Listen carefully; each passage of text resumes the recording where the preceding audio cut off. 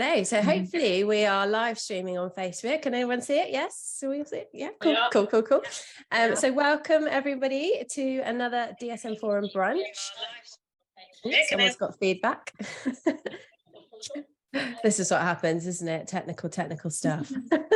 So today we're going to talk about hybrid closed loops, and we have with us two very, very special guests. We have Yasmin Hopkins, who's going to give us the people with diabetes kind of side of it. And we have, of course, the most famous person in diabetes, Partha, with us, who's going to talk about everything to do with, getting it out there and getting people able to use it. So we're not going to do icebreaker today because we've got too much to talk about. Usually we do an icebreaker with a funny question or something, but we're not going to do that today because we haven't got time, because we know that you guys have got so many questions.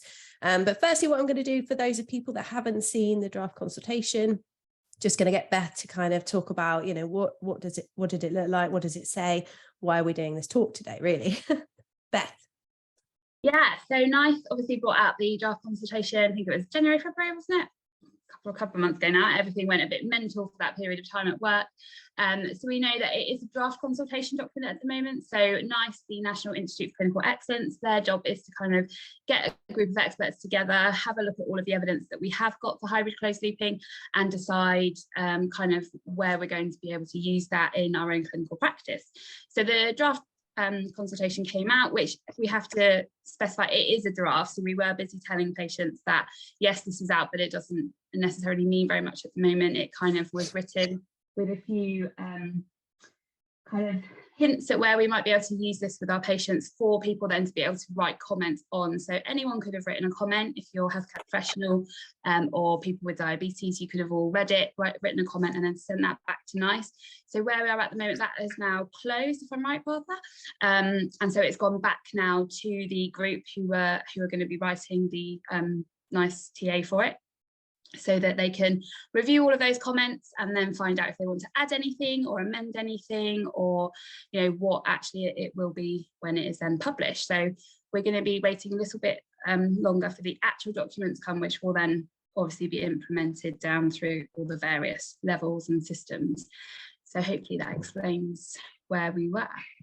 So I think we're going to go to Yasmin, who's going to explain actually what hybrid closed looping is for those that are not very well known or don't know very much about it. But yeah, take over, Yasmin. Yeah, so thank you so much, firstly, DSN Group, for giving us the platform as patients to talk about it. It's really well appreciated.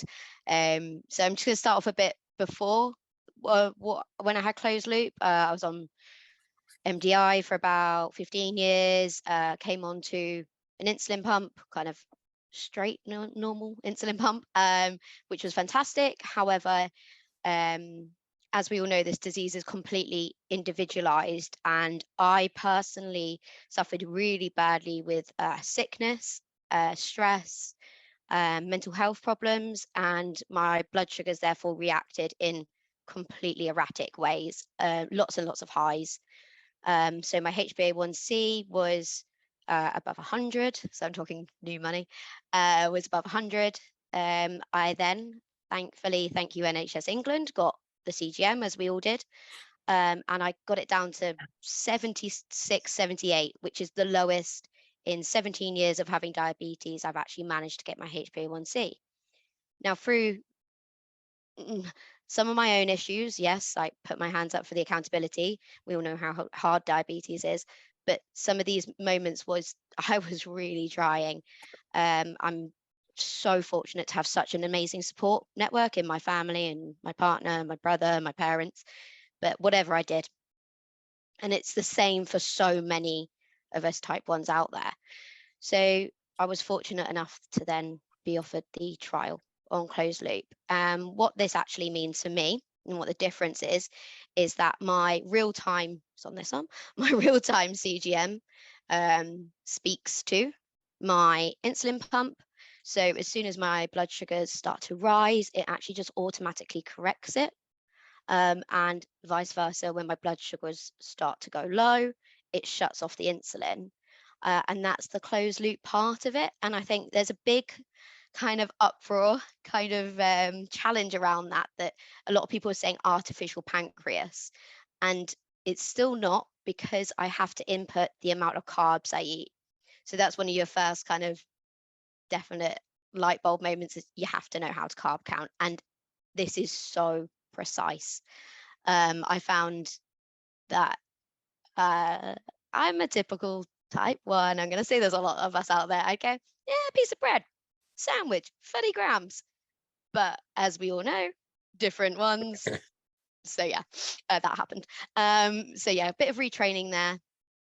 But I do still have to enter my carbohydrates every time I eat. And then, like I say, my particular system, when it rises above 10, I get an alarm. And when it gets to about 12, that's when it starts doing like the real kind of corrections. But it will also just increase my background gradually, or decrease. But like I say, I really suffer with highs more than lows. So now it makes it quite hard for me to go into those kind of really erroneous highs where you're like, what is happening? I haven't done anything. Those moments where you feel as if you want to scream and shout and say, why does my body hate me? Those moments don't really happen anymore. And the same with the lows, to be honest. I still have hypos, don't get me wrong. I still have hypos, but they're not severe at all. And it's such a good feeling, because of the way we already know that pumps tend to make us a bit more kind of sensitive to hypo symptoms. And I would say 100%, as soon as I'm hitting 4, shaky, sweaty, my main symptoms. So that's what the closed loop system is to me. It's that helping hand, it's that guide in the way that I don't want to scream and shout and hate my own body anymore. So yeah. Wow. So it just kind of takes away a lot of that burden that you were facing with diabetes, trying to manage 24/7. So I don't think people really understand what is involved, do they? The people that don't live with type 1 diabetes, get up in the morning, check your blood sugar, do your breakfast, check your blood sugar, go and drive a car, check your blood sugar, have food, check your blood sugar, go somewhere, check your blood sugar. It's just, well, there's a statistic that type 1s make 180 health related decisions a day. Now that's obviously also an average, like as I mentioned, and everything I say is completely individualized to me, and I hope that I can speak on behalf of others as well, but 180 extra decisions. Now those 180 decisions also come with stress, even excitement, and then that then affects that blood sugar. So then that goes further. So the pump just takes away from these firefighting, what I call firefighting decisions, and lays down more of a basis to actually get on with your life. Yeah, definitely take away some of that mental. One of the main questions actually from DSNs when we were planning on this and asking questions was, and you kind of mentioned it when you were first talking, is the whole carbohydrate counting education side of it. Do you think that's definitely need, because a lot of people have been under, we'll just give all of these systems to you and you're just left to crack on with it, and is that doable? Or do you think the education, carbohydrate counting is really important to be able to use the system properly? Do you think, DSN saying, no, you need to go on a course before you can have it, is that okay? Do you agree with that? Do you think, no, we should just get the system and you could kind of crack on with it? See, it is tough, because like I say, everyone's completely individualized, but from my own experience and what I've heard of others' experience is that education is so important, not only for the carb counting, but it's important to note that carb counting courses now, you've got things online, plethora of, so I kind of retrained myself online, but then I'm confident enough to do that. Now I understand there's going to be other people with diabetes that are not confident to do that. So I think it's going to be definitely a suggestion that education has to be there, particularly around carb counting. DSNs, you guys are already stretched as it is. However, realistically, to get the most out of this, you're going to have to spend that little bit of time doing that, but then that's going to release the time in the long run, because those patients aren't going to be coming to you every month, every 6 months. So it's the initial kind of jump. But what I would say as well, that the DSN in the education space are going to have to be aware of, and it's something that I struggled with and many others. I've had diabetes for 17 years. All of a sudden, you give a lot of the control over to technology. So I went through a 3-month honeymoon, loved it, my life. I did everything, couldn't care less. And then all of a sudden, my bloods would get to 12, and I was like, they're running at 12 for bit too much longer than I'd like, and I'd override it. So there are the opportunities in lots of the systems to override it. So I'd add a correction there and then I'd find it'd throw the whole thing off. That's going to be, I think, a mission for the DSNs to handle, is also the kind of the mental support, rather than actually the fundamentals of the carb counting education. I think the DSN's teams are going to be more involved in that and that emotional well-being with it. Yeah, definitely. Got Tamsin clapping. Got a hand I've up. got loads of hands up. I was like, oh, where's my hand things? Right. I think I was just going to say, you touched on it there, and I think there's that thing is that actually, with hybrid closed loops and them taking a lot of the sort of responsibility, in a sense, of managing the diabetes, is that where do the nurses, from a nurse point of view, where do they fit into that, really? And that, because you find that actually, you're not making that many changes to the pump, really, because the pump is doing a lot of that already. By the time you look at something, the pump's already done it. And like you said, if you override it, you then end up having hypos, because the pump's already done a lot of it, and it doesn't understand that you've just added an extra whatever units without any kind of carbs or whatever, because you've overridden what it was doing. And I think, like you said, that probably actually, our role with the people with diabetes who have got hybrid closed loops may not be as much about dealing with the algorithm side of things. It's actually going to be dealing with the understanding that you can't, you have to let that pump do what it does, really, not to be micromanaging as much. And that's really hard, isn't it? I think for people that have been micromanaging for a very long time. I have type 1 diabetes, and I'm on a hybrid closed loop system, and I have exactly the same feelings that you've probably had, in the sense that I'm not waking up in the night bolusing or treating hypos as much, but actually sometimes I feel quite weird, the fact that I haven't woken up in the night, and I actually do think, oh, why did I not wake up in the night? So actually it's going to be more about that supportive enclosing nature of DSN, really, or diabetes consultant, rather than actually going, oh, you need to increase this, you need to decrease it, you need to do this with your your carb ratios, isn't it, really? Rather than that side of things, I think our role might evolve differently than how it's been up until this point. Yeah, definitely. And I think for the DSNs, like I first mentioned, is in the short term, and it may require some more time of yours, but in the long time, you nailed it on the head there, is in the long term, actually it's going to be less work. Yeah, you're not going to be doing those little increments. But I think it's really important to note, and I was so fortunate to go to an event last week, and I saw Dr. Rose Stewart, a diabetes psychologist, and one of her mantras is, I am not a pancreas, because we all aim as type 1 diabetes to be a fake pancreas, which is demoralizing.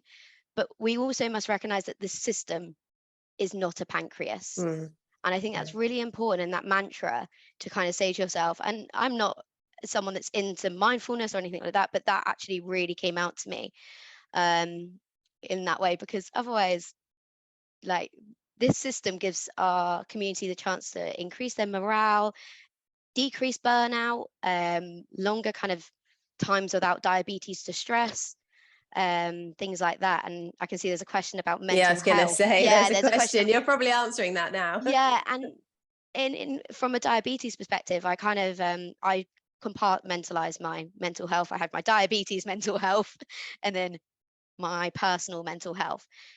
The closed loop has extinguished a lot of the kind of the troubles that we think, the menial little day kind of, I've got to go out, do I need to bring this, do I need to bring that, like just the whole packing a bag scenario. The closed loop, I can have a little bit more flexibility. I can go, you know what, it's going to alarm at me, it's going to correct for me things like that. But I think one of the things as well is that I found I've had less alarms with this.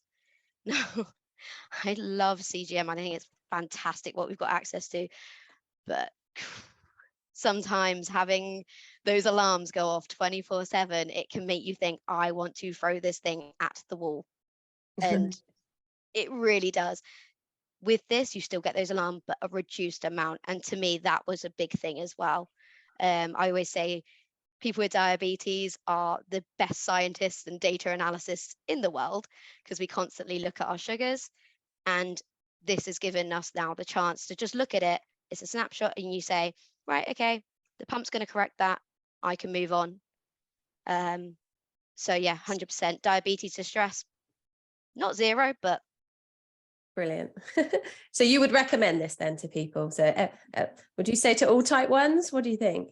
no, I wouldn't. No. I would say, first of Interesting. all, injections, some people love them. We've got amazing new devices now in the injection space. If it works, don't fix it. That's interesting, because actually, you know, when you're in the social media bubble that all of us kind of are, you would have it believe that everybody is looping and DIY looping and pumping and all that kind of stuff. And actually the majority of patients are using MDI, whether that will change hopefully with all of this, these nice guidelines. But yeah, interesting. Most of patients are MDI, aren't they? And most of them enjoy it as well. They like it, because I get it. Some people, I had a pump at 16. I came off it within 6 months because it was attached to me. And I get it. If you're doing MDI and your HbA1c and your mental health is, I'm never going to say good, because that is diabetes. But if you're coping, don't try and fix something. You're doing amazing what you're doing. So no, I wouldn't recommend it for everyone. Also, I wouldn't recommend closed loop straight from pens to closed loop. I really would say you need that experience, that middle ground of a normal pump first. That's my opinion, because that's what I did, and I found that to be a step.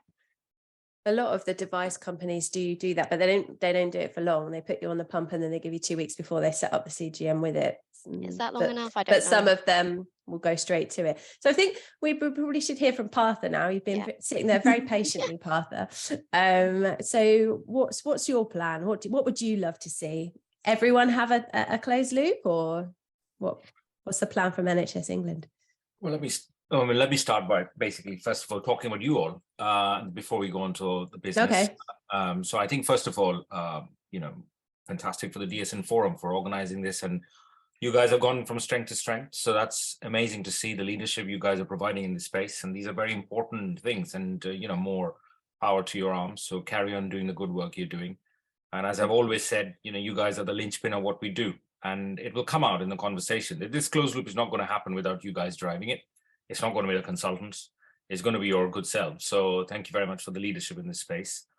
And then about Yasmin, me and Yasmin have spoken a lot about, what she's going through. And, I've also noticed, comments which are very positive towards Yasmin, not necessarily that as well. You've got all sides of it. I think always I say to people with type 1 diabetes, people put yourself in the public space, but Yasmin doesn't have to be the spokesperson for everybody, but she is giving a opinion, a view. And I think I would encourage more people to come and do what she's doing. That's quite important. So it's not easy to go in the public space and talk about it. So that's good. So that's all quite good. So that was my starting bit. Now, what do I want? Well, there are many layers to this question. I mean, because what would I want? I always would answer this question, first of all, as a person, as a parent. What would I want if my child had type 1 diabetes, my children had it? And the answer is, I want them to have everything available, and then they can make the choice, right? And it could be a pen. It could be a sensor alone. It could be a connected system. I think that's what I want. It's not for me to impose anything. Now, then as a clinician, I can see the benefit it brings. But as Yasmin said, I also have lots and lots of patients who know about artificial pancreas and not even remotely interested in it, right? Even at this stage, they're like, yeah, no, right? And for them, there is a space of connected pens and stuff and all that is coming through. And never forget, that's going to be a huge number, you know. And Beth made the point about social media is a bubble, you know. How many people do you see from a diverse background on social media talking about the type 1 diabetes? I can tell you the number. It's very, you can count it on your hand. So there is that. And, you know, and also forget about ethnicity, even for deprivation. If you are worried about putting food on the table, you're not going to be on social media debating as to what technology you want to have. So there is all of that. And then as a policymaker, I think it's a question of how, I mean, unless you're living under a rock, you'll know the NHS is under massive threat, not only from every angle, money-wise, finances, all of you know, our budgets are being cut, staff are being cut, you know, nurses, doctors, they're all out on strike due to obvious reasons, etc. So we have to skate that through as we want to. What do I ideally want? I ideally want everybody to have the choice. So I think it should be on the table, just like we've managed to get that with, you know, do you want to prick your finger or do you not want to prick your finger? That's the choice we have, right? In type 1 diabetes. We didn't have that 5 years ago. We have that now. And that's what I want to do. You know, do you want a system that connects, or do you not want a system rather than anything else? That's what we'd like to get to. So that's probably your answer to that one. Thank you. That's a good answer. Lots of choice. Okay, you know me, Amanda. my buzzword is style over substance. So it's fine. It's okay. Right, so we have lots and lots of questions, because obviously we've been posting about this for weeks, and obviously then we had to postpone it, and now we're back again. So we've got loads and loads of questions built up, so we're going to start with a few. I'll get Beth to start, and then we'll probably go around asking different questions from the forum. So we're going to start with, these are questions from DSNs in our forum, in our closed group. Beth. Yeah, so one of the kind of themes of it was the TA, so the draft document, was it detailed enough? And we kind of alluded to that with Yasmin. It kind of mentioned that education kind of had to be sort of done, but there was a bit more detail kind of wanted maybe from DSNs of, you know, should that be specified as it has, you know, that it had to be done before they went onto hybrid closed loop system? Or is it just that they've done it in the past? Do they have to have specific education? Can it be online? Does it have to be face-to-face? Also the pump education. So a lot of stuff about, is it going to be more detailed and specific about education that people can access before they are able to get a private closed loop? So again, it's a question, I think it's in a draft state. That's the feedback, which has been, can you specify this? Can you nail it down? And I think more of the specifications is for systems who will want to have understanding of every single word, right? You could take a seat back and say, people who are going on closed loop should be offered education, just like we have the wording for pumps, right? But we know what happened with that. People interpreted it differently. Some people said like, okay, we'll offer it to you, but if you're trained, if you feel comfortable, go on to it. Some people went like, if you don't turn up at my office and learn about education, I'm just not going to give you a pump. So I think it's about how I think people will always find a way to misinterpret. So we can try and tighten the wording as much as we want, but that's what we're working with NICE right now. One of the feedback is very much on the education side. I don't think legally we can make anything mandatory, because there's no proof that you have to make people go through an education. And you know, we got loads of people out there who are very savvy. Do I want to make them go through an education? Probably not. If you already got people on pumps and a sensor, what education is it that I want to give them to tell them I'm just going to connect them together now? So there needs to be flexibility, but let's wait for the final draft to come out, and that will be more obvious there. Yeah, we also had that with Libre, didn't we? People are still interpreting the Libre guidance as people have to go to an education. So, yeah. And there's loads of stuff out there now anyway online, isn't there? You know, there's loads of YouTube videos, there's loads of stuff people can teach themselves, anything now online. Absolutely. Absolutely. Yeah. So Vicky, do you want to do the next question? Yeah, so there was also some comments in the forum about the HbA1c cutoff so it says around sort of 64, doesn't it? And I think there were some concerns as to whether some people who are actually doing really, really well and trying really, really hard, who have an HbA1c below that level, would they feel that they kind of want to not artificially raise, but cause, you know, their HbA1c to become higher in order to kind of qualify for hybrid closed loop? Two or three things to that. First of all, the present pump criteria is 8.5%, right? So even on that criteria, there's about 60,000 people we didn't give a pump to in the present NHS. So I think let's take a back seat and think about that. For 13 years, we've had that on a legal mandate and we haven't done that, or people haven't wanted it. So it's not as simple as that. Number two is that, let's say, for argument's sake, everybody gets it. Would we start it on people who are at 7%, or would we start it on people who are at 10%? I think people need to understand is that even if we made it for everybody, we will have to have a batting order because of the simple reason that we don't have the staff or the capacity in the whole NHS to put all 250,000 people on a closed loop tomorrow. Okay. So my way of saying to everybody would be, it's a good step forward. That doesn't mean that that line will sit. What we want to do with NICE is collect further data and then extend it further, which is what we did with Libra, didn't we? We had criteria. We ran the criteria for a year or two, and then we extended to everybody. So I think what we also need to be careful is that when people say, but I'm at 7.3%, why can't I get a loop? I get that, but there are truckloads of people at 9% who need much better care. So yes, you do.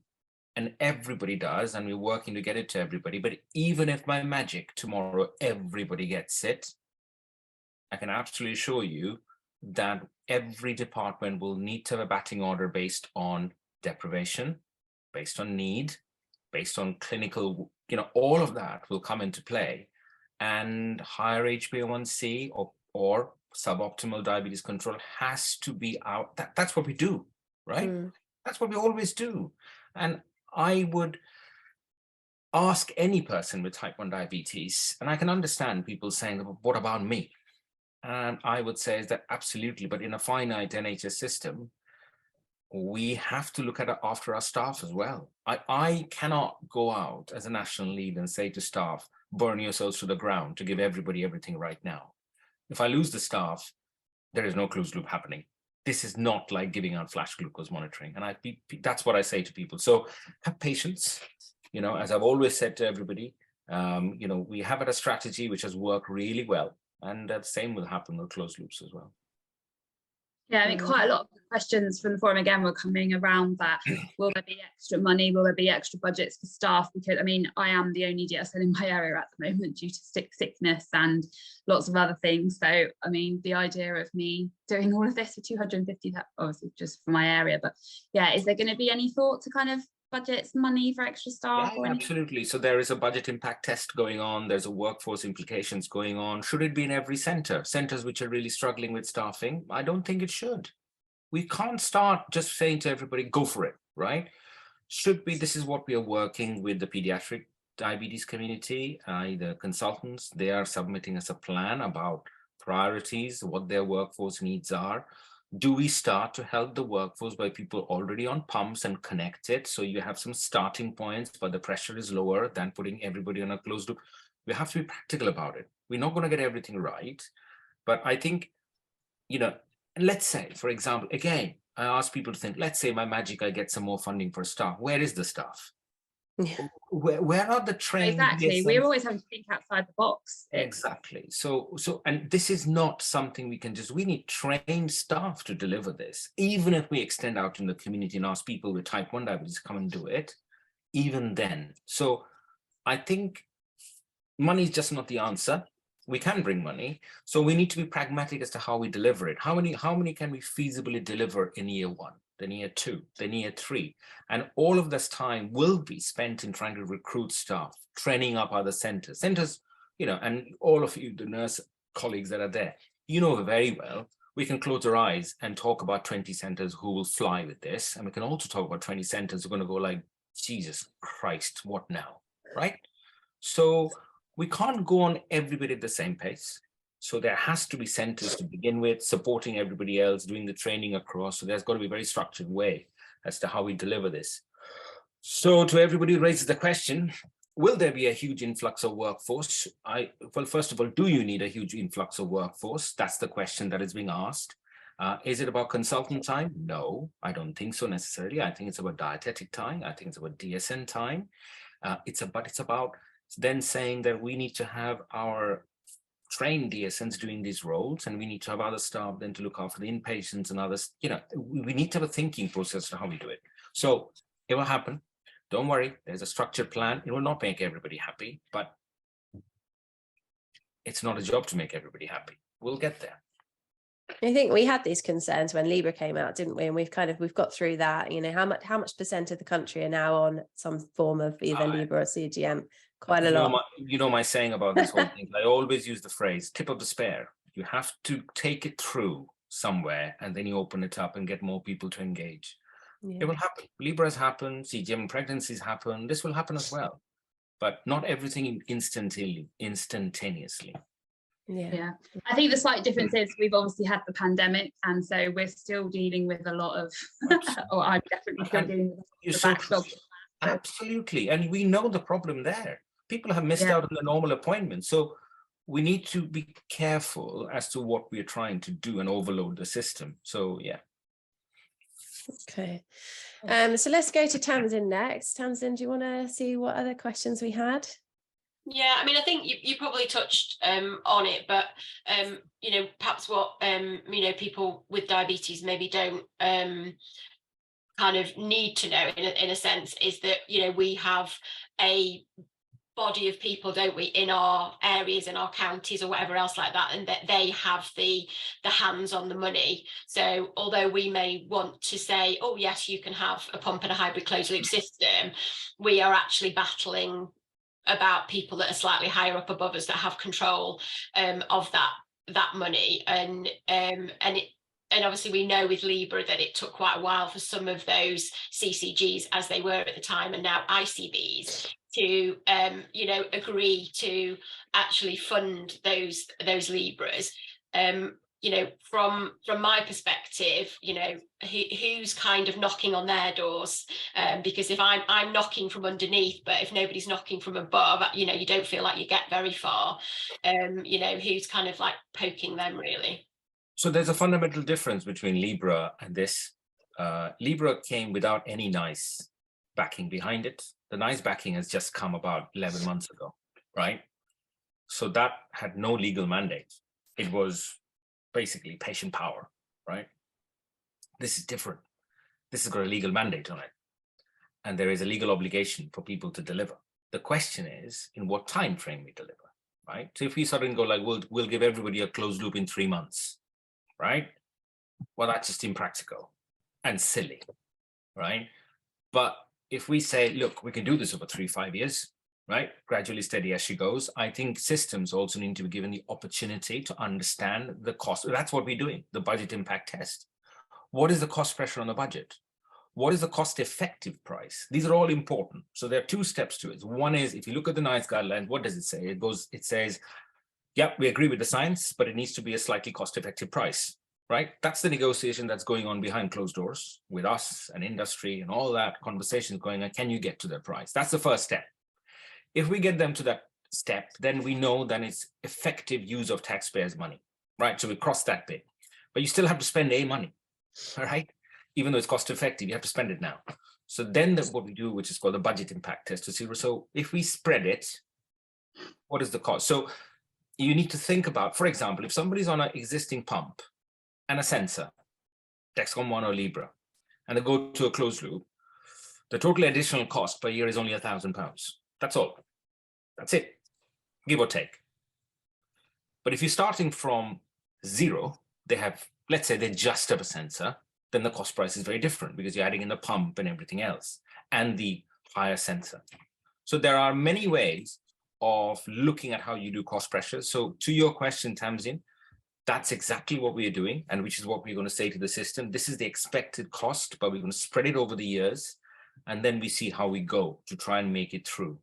And that's what happens. You do a budget impact test with anything the NICE publishes with a TA. We go to finances and say, look, this is going to be it. We have to do this legally, but we're going to do it in a way that is not going to bust every banks that we can do. Here is a workforce requirement. So that's pretty much what we're wrapped in every day at the moment doing. So bear with us. You know, we want to do it in a very structured way, rather than completely doing it haphazard. So that's the sort of aim. I've worked with budget models before and things. Are you taking into consideration, for example, since I've been on a closed loop, I've had no hospital admissions. I've decreased on GP appointments. I've decreased on secondary care appointments. Is that also being taken into example in those budget modeling? That's exactly what NICE have done. Yeah. To basically get us to the place, because if NICE looked at the data and said, well, this all looks like fancy toys, but it's not really cost effective, they would have told us. But that's not what they've told us. They've said the science, the tech is fab. The cost of the device maybe a little bit higher where we need it to be. So what they've said to us, you guys in NHS England, go and negotiate the price and then you're on. So they're all in the mix of exactly that. Perfect, because obviously, as we know, 80% of the budget that's spent on pan diabetes, bearing in mind, is obviously on complications. I've reduced my HbA1c from 100 to 50. I'm now, those risks of complications aren't zero, but they've decreased. So surely that can be taken into that cost impact. Yeah, and I think that's an important point, because people then need to understand the lifetime benefit each individual does, because people then say, well, it's why is it that children and younger people are prioritized? It's not because we're being ageist. It's because that's how the budget impact tests work. And, you know, don't get me wrong, everybody needs to get it and everybody will get it. And now let me clarify, that's not me saying that only children and young people are going to be a priority. 100% not. We're going to have two separate streams. One is peds, one is adults. So we need to understand that the budget impact test has got a bearing about lifetime gains as we go along. Thanks for that. I think that's quite a good segue to a next question that we've been asked, a bit of a two-part question. There was someone who posted a question, I think it was yesterday, to us about children, actually paediatrics. So those that are started on closed looping as children, as they're then coming through transitioning into adult services, will it be taken away from them because they then move to adult service? Will they get to keep it? How will that budget maybe work? And also, if we are looking at people in the adult services or paediatrics potentially, if they're not maybe using the looping system in the way it should, or they're not using it at all, or they're not getting on with it, or they're more distressed with all of the data and stuff in front of them, and we do decide to take it away, I don't like that term, but kind of take it away and go back to MDI, will there be support or any guidance about doing that? Will it be in the TA about who to remove it from if we feel that that's beneficial? The TA won't do that. The TA is about the science and where it sits in and the guidance. And it shouldn't do that, right? I think this is where the clinical societies come into play, and that's what we're speaking to Diabetes Technology Network, etc. So as regards taking away, I think that's really dropped off over the last few years. It used to happen. You're on a pump and then you get it, oh, sorry about that, you can't have any more money, right? That's really calmed down nowadays with a lot of adult clinicians understanding. And I think what I've always said in many meetings where this has come up is that, look, let's take a child who's had a corrective surgery done when they were 7, right? You're not going to go like, oh, well, you're 18 now. So I tell you what, right, let's take that away from you. But in diabetes, that debate sort of goes around. You go like, it's so it's a bit like saying there's a child, for whatever reason, is on a pacemaker, right? To keep them alive, to make their heart rate absolutely fine. What are you going to do at 19? Do you want, let's take it off and see how you do? That's not how we play. So why is it different in diabetes? If they're using a technology which has really worked for them, you carry on, you know, and all this nonsense that people go on about. And whenever I say these words, people go like, oh, Partha, you do policy. What do you understand? I'd just like to mention that I do actually a full-time clinical job, probably longer than most other people around. So I understand budgets every day. So when people go like, but is the adult budget and is the pediatric budget? There is no such adult and pediatric budget. Ladies and gentlemen, there is only one budget. That's basically where the taxpayer pays into. So all these artificial things don't help. So that's number one. And so the short answer to that question is no, 100%. We don't expect anybody to be taken off it, right? Because that would be clinically negligent to do stupid stuff like that. And anybody doing that, you know, you could, if you're a clinician doing that sort of jazz, you will end up genuinely being taken to court by somebody. Because as I said, think of doing that with the child on a pacemaker and see what happens to you. So why are you doing it with the technology, which is so life-saving and everything? I mean, someone's just said in the chat, we do that to pregnant people. we give them all of the tech and stuff when they're pregnant, and then we take it away from them. So how? Which tech do they take away? They shouldn't take them away. They give them a Dexcom G6 and then they give them a Dexcom 1. It's the blinking same thing without the connectivity. If you're taking them away, you're not following any guidelines. That's all I'm going to say. So, you know, you don't take away anything. None of our pregnant patients get. So if you're taking them away, you're not following anything. I mean, how can you take them away? Why would you take them away? They've got type 1 diabetes, so they're eligible to a Dexcom 1. And when they're pregnant, they're eligible to a G6. So you shouldn't be taking them away. So whoever's put that chart, wherever you're working, you need to look at your rules again. I think it's also because, like, we worry about giving it to people who are perhaps not engaged as much with their diabetes, and they're not bolusing maybe, or they're not doing what they're supposed to be doing. And a lot of the criteria, you know, they have to have done an education course, they have to have done all this stuff to be able to get the pump in the first place. But actually I was watching a talk last week or whenever it was at ATTD, where they were showing giving it to people who are maybe not as engaged as, you know, whatever that means. And it works really well for those people because of the automation, because of that. And I just want to say this as well. My son has type 1 diabetes, and he is a 15-year-old boy, and bolusing for food is not on his priority list. That, you know, basketball, computer games, eating, that they're his priorities, and bolusing for food is not his priority. But he's on a closed loop, and it has massively made a difference to his HbA1c. Is now 52, which is, you know, unheard of in a 15-year-old who doesn't bolus. So, you know, I think we should give it to everyone. I mean, on that point, I'm biased. Yes, Yasmin. It's obviously well, it's coming to an end now. It's T1DE week, eating disorder week for type 1s, and that's a massive point. So I personally, before I got closed loop, was not engaged with my diabetes, and I quite like the word engaged because it makes you think it's like another person and you just don't want to talk to them. And this changed all of that. So there's that kind of argument of there's so much talk on my chat at the moment about, yeah, but what about pregnant people getting it? And like Partha said, then they shouldn't be losing it. And there's so much criteria, and I completely agree with Partha. Is at the end of the day, there are going to be people that need this first, because it's going to have long-term saving goals.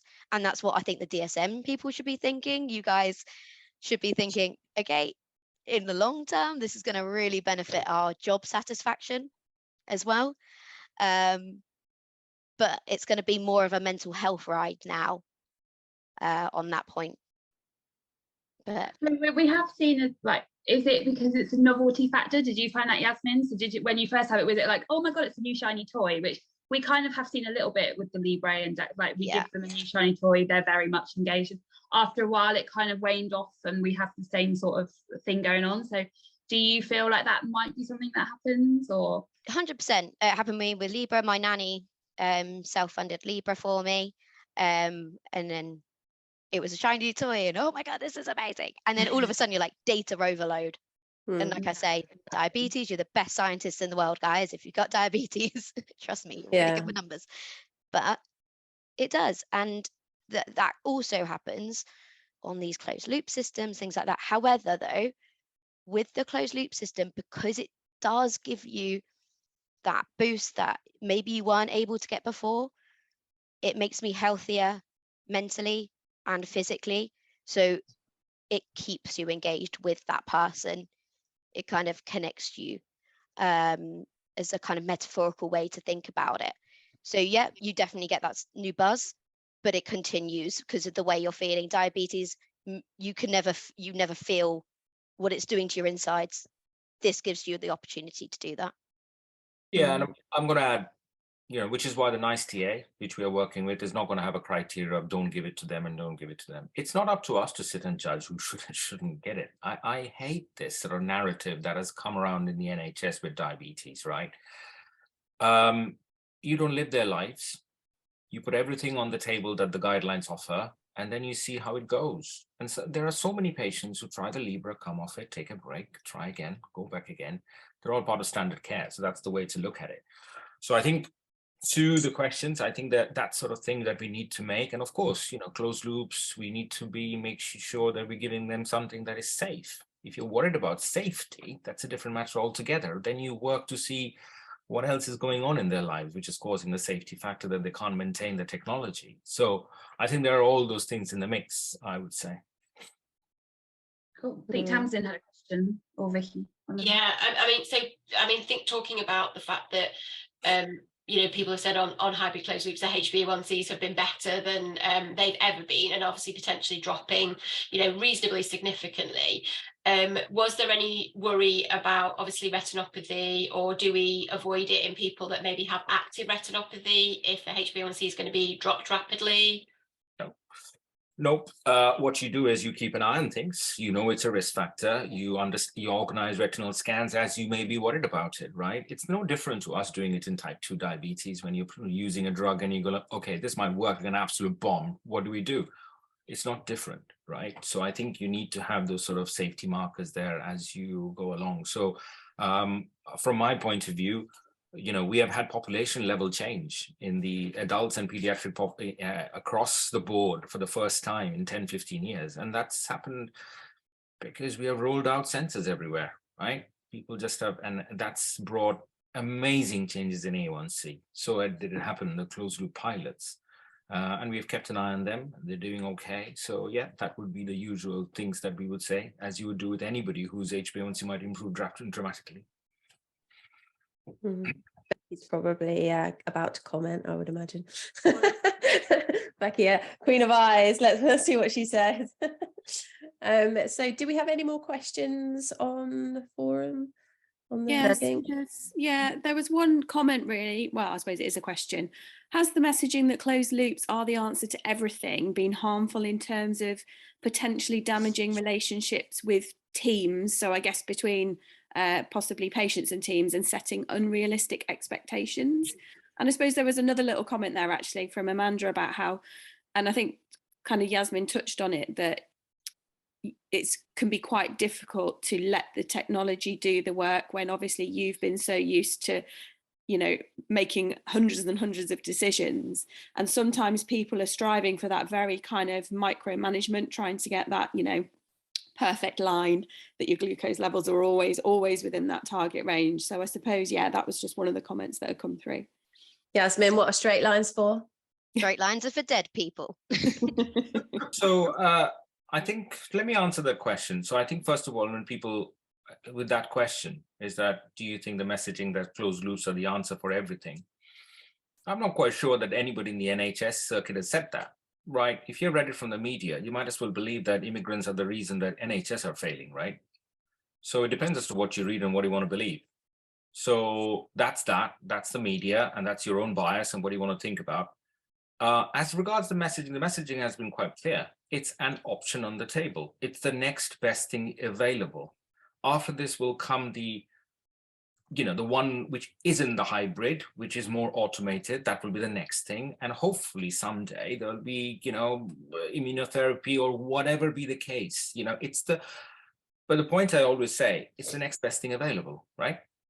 And we should make it available to people, whether it's the hybrid closed loop or whether it's whatever it is. So that's the sort of discussion to be had. Now, as regards relationship with the patients, I think when you're giving it out, you need to set your expectations accordingly as to what it does and doesn't do, as we all do when we're giving out sensors. Do we say to them that, well, that's it, you never have to check your blood glucose ever again because it's so good, it never fails? Do we do that? We don't do that. We always say, look, if it doesn't match with how you're feeling, double check it.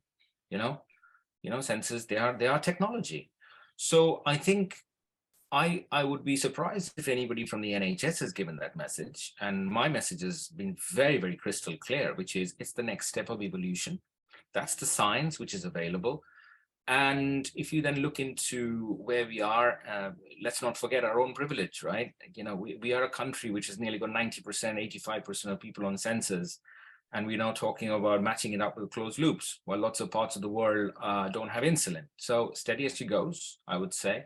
But the message certainly isn't that this is the cure for everything. The message is it's the next step, which we're trying to make available. I hope in my messaging with that as well is I've always said, every time I talk about closed loop, diabetes is individualized. It's the only disease where not one single person is on the same medicine regime. Mm. It's the only disease that has that. There's a hashtag, isn't there? Your diabetes may vary, isn't it? Yep, exactly. YDMV. So to say that this is the answer, first of all, you're not grasping diabetes as a disease, because there will be no answer for every single person that is exactly the same. For me, it's changed my life. Like I said, some people love their pens, get on with it amazingly.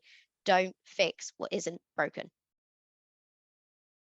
Yeah, great. I think that message, maybe just like we said, from that social media bubble, it's all the people that are heavily involved with social media will potentially paint the picture that, you know, looping is the answer. And yeah, as we said, I don't close loop on holiday. I did last year just to see how I got on, and I will not do it this year.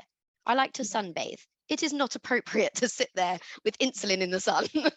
Yeah. So I will go back to pens on holiday, and I am the biggest fan of closed loop. So Yeah, even in this one individual, it changes. Absolutely.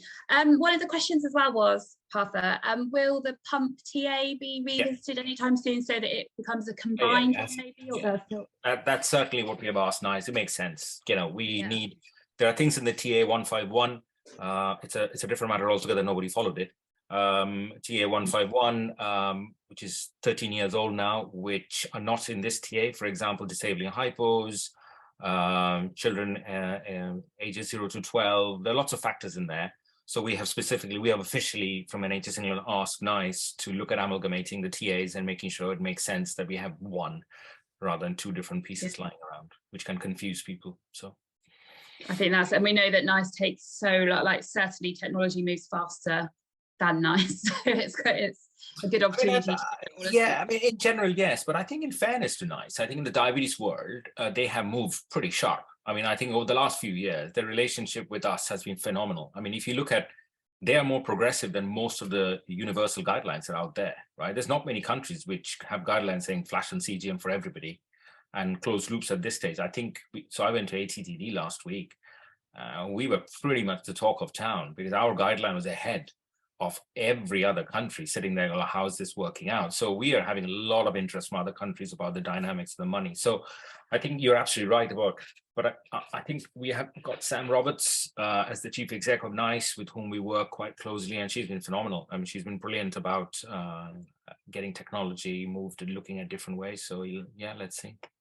I think it'd be important to note though that guidance as well, Partha. I saw something on the chat about kind of late onset, and this guidance is covering all kind of areas of type 1.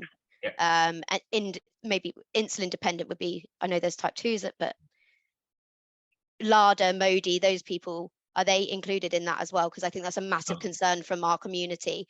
Is late onset people, things like that. They're like, where do we fit in? I think you have to get the diagnosis of type 1 to be eligible. Yeah. With your antibodies and everything, so to speak, and that's the honest answer. So it's the same discussion we have around sensors. How does it move out into other things? And again, you know, it's time. It's about giving people time and the evidence to sort of work through it and using public taxpayers' money. A lot of which we don't have. Very getting close to our hour. It's gone so quickly, hasn't it? There's one question I really want to read out because this absolutely is comes from my heart as well as this lady. I can feel her. I can feel this. My son has an eating disorder. This is Michelle Manzi. So my son has an eating disorder and he struggles with his mental health. Being a boy, he doesn't open up, especially around his diabetes. To the DSN team, he looks great because mum is doing all the work.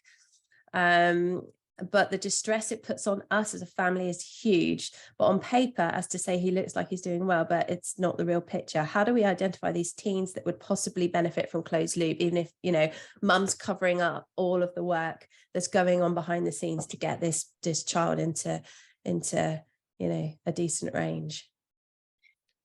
So I think that's probably wider than what a NICE TA can deliver. And I think I say this, people always, you know, I've done this policy role now for 7 years and hopefully my last. I always talk about, it doesn't matter what NICE says. It really doesn't. You know, we've done things without NICE and we'll do things with NICE. What matters is how clinicians, so that patient you spoke about, you and I know about clinicians, right? Who would pick that up and do an amazing job with that child, right? We all know them, who they are.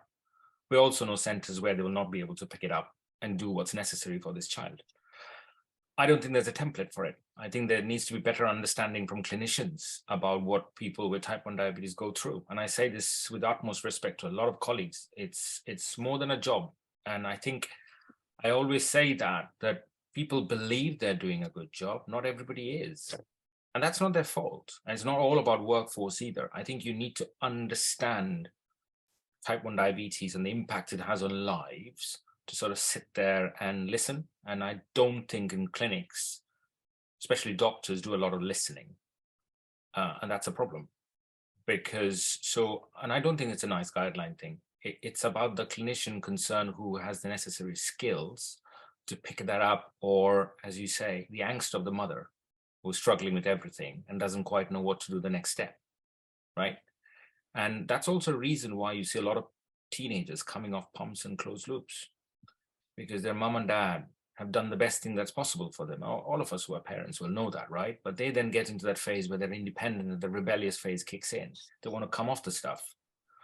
So there's a lot more to do in that space, I think, as clinicians, I would say, and I keep on saying this many, many times over about the importance of language and communication skills. And I'll finish with this. Communication skills is not just about how you speak. It's about how you listen. And I do not think we do that enough. And that's a fundamental problem. So all these super centers that we talk about, superstars in type 1 diabetes care, they don't have any special skills. They just have one thing, the ability to listen. And whether it's Pratik, whether it's Emma, whether it's Alistair, you talk to their patient, Lala, just talk to their patient. They will tell you one thing about it. He listened. She listened. That's it. So I think going back to your question, I don't think it's a nice thing. It's more about clinicians learning how to do diabetes care. As funny as it sounds. Maybe you nurse colleagues could teach us consultants a bit more about that skill, because patients do tell that all the time. So yeah.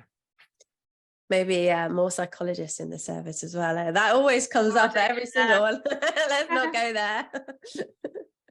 We've got to write all about that, haven't we? So is there anything the last 2 minutes I want to round up? I want to mention quickly one thing, because I'm sure it's going to come up somewhere. It's about pregnancy. Mm-hmm. Because people will say, does that mean that people will have to get pregnant to get a closed loop, right? Mm.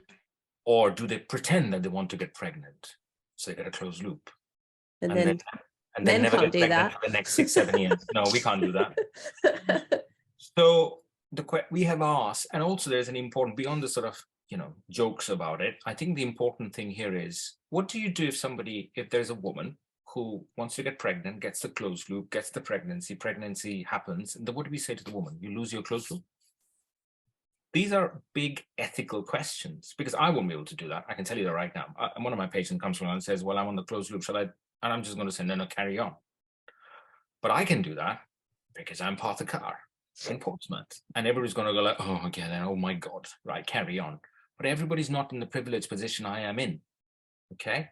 So that's an ethical question, which we have asked NICE to clarify.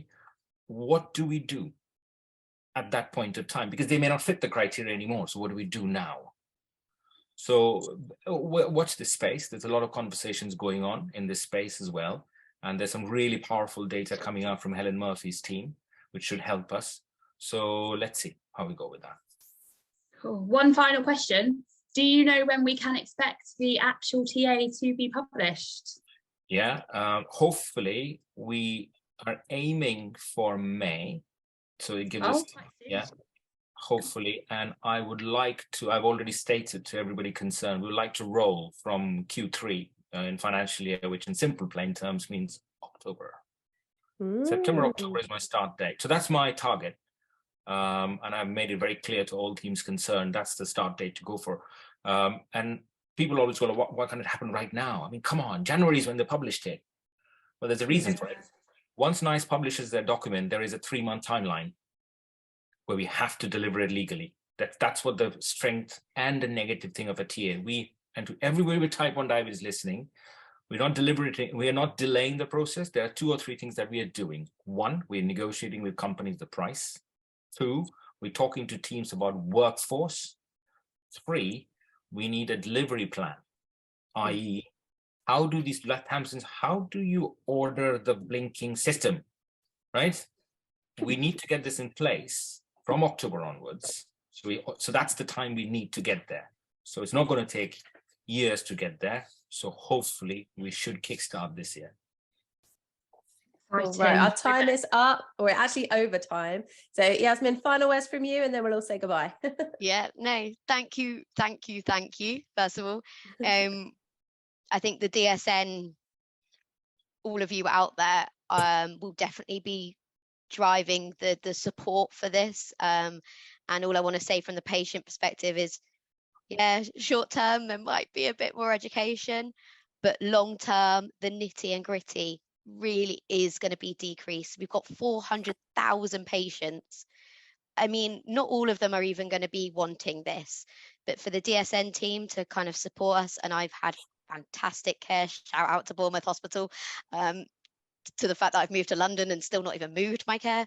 It is going to be you guys that kind of drive the support and the mental well-being of this, and can't thank you enough. I think, yeah, DSNs are the drivers of everything diabetes. So thank you. Thank you. Thank you so much for coming. Yeah, absolutely. It's been absolutely wonderful. I think we've had so many people watching online, so many comments, so many people have said they're going to come and watch this later. So I think it's really, really, really good thing to have you here today. So thank you so much. Thank you, Partha, as always, for speaking with us. And I think it's time to say goodbye. So goodbye, everybody. Bye, Facebook.